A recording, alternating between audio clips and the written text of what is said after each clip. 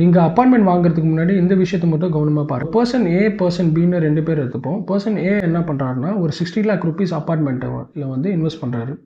அவர் வந்து 15 lakh rupees down பேமெண்ட்டாக பண்ணுறாரு. மிச்சம் இருக்கிற 45 lakh rupeesல பார்த்தீங்கன்னா 45,642 rupees வந்து இஎம்ஐ வருது 15 years.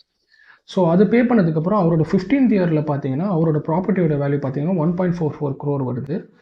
அதே இது பர்சன் பி என்ன பண்ணுறாருன்னா அவர் வந்து வீடு வாங்கணும்னு ஆசைப்படல. ஸோ அதனால் என்ன பண்ணுறாரு 15 lakh rupees லம்சமாக மார்க்கெட்டில் இன்ஸ்ட்ருமெண்ட்டில் இன்வெஸ்ட் பண்ணுறாரு.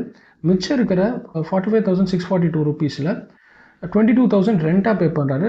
23,642 எஸ்ஐபியாக போகிறாரு. அவரோட 15th இயரில் பார்த்தீங்கன்னா அவரோட கார்பஸ் எவ்வளோ க்ரோ ஆயிருக்கு 2,30 lakh rupees வருது. அவரோட 15th இயரில் அவர் என்ன பண்ணுறாருன்னா 1.3 crores வந்து எடுத்து அவர் ஒரு ப்ராப்பர்ட்டியில் இன்வெஸ்ட் பண்ணிவிட்டு மிச்சம் இருக்கிற 1 crore வந்து அவர் பென்ஷனாக யூஸ். ஸோ இதுலேருந்து என்ன தெரியுதுன்னா each and every one has their own goal.